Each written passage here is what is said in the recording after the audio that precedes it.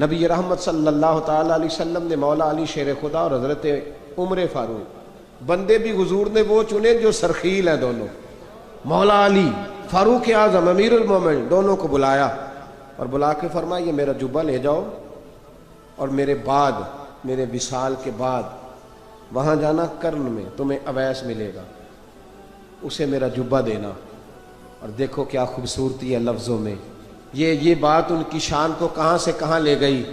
محبوب فرمانے لگے اسے کہنا میری امت کی بخشش کی دعا کرے، اسے کہنا میری امت کی بخشش کی۔ حضرت علی المرتضیٰ کا رتبہ بھی ان سے زیادہ ہے، جناب عمر کا رتبہ بھی، اس کا مطلب ہے بڑا بھی چھوٹے سے کبھی کبھی دعا کے لیے کہہ سکتا ہے کہ یار میرے لیے دعا کر دینا۔ نبی کریم علیہ السلام نے جبہ دیا، جبہ دے کے بھیجا۔ حضرت عمر گئے ملنے، جناب مولا علی گئے، جا کے پوچھا وہ کدھر ہے، کہا وہ دیوانے سے ہیں، گھومتے رہتے ہیں۔ جب ملاقات ہوئی تو حضرت اویس کرنی دوڑے آئے، جناب عمر کہنے لگے آپ کا نام اویس ہے؟ کہنے لگے ہاں عمر فاروق میرا نام اویس ہی ہے۔ پھر آگے بڑھ کے کہنے لگے علی آپ کی طبیعت مبارک کیسی ہے؟ پھر وہ جبہ وصول کیا، کہا محبوب نے کہا تھا امت کے لیے دعا کرنا، تو حضرت اویس نے فوراً سر سجدے میں رکھ دیا۔ اور داتا صاحب حدیث لائے ہیں، محبوب فرمانے لگے اللہ تعالیٰ بنو کلب کے قبیلے کی بکریوں کے بالوں کی تعداد کے مطابق اویس کرنی کی دعا کی برکت سے میری امت کو جنت میں داخل کرے گا۔ اتنا بڑا اعزاز، اتنا بڑا اعزاز۔ حضرت اویس کرنی رضی اللہ تعالیٰ انہوں نے دعا کی، پھر واپس لوٹے۔ یہ تو داتا صاحب کی بات ہے۔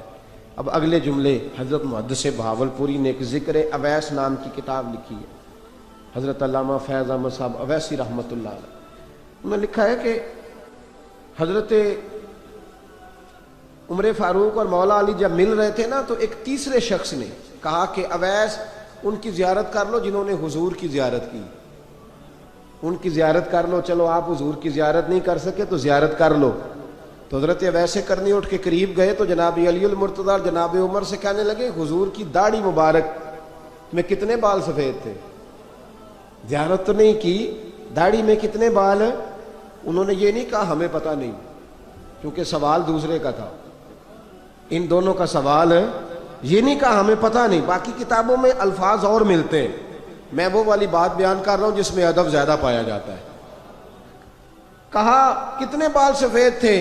تو یہ نہیں فرمایا مولا علی اور جناب عمر نے کہ ہمیں پتہ نہیں، کہنے لگے ویس آج آپ ہی بتائیں گے کتنے سفید، آج آپ ہی بتائیں کتنے ہیں۔ تو حضرت سیدنا اویس کرنی کہنے لگے محبوب کی داڑھی مبارک میں 17 بال سفید تھے، 17 بال سفید تھے، یہ ان کی زیارت کا حال۔ حضرت اویس کرنی نے ہمیں بتایا کہ دور رہ کے اطاعت صحیح کرنا، تمہارا ذکر دربار رسول پہ بھی ہوگا اور دربار خداوندی پہ بھی ہوگا۔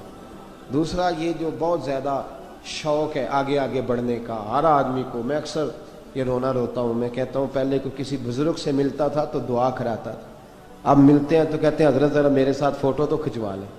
پہلے لوگ دعا کراتے، ہاں دعا کی التجا کرتے، کہتے تھے مہربانی کر، اتنا ہی کہہ دیں کہ اللہ تیری دنیا اور آخرت بہتر کر دے، اب یہ رنگ اب فوٹو کھینچتے۔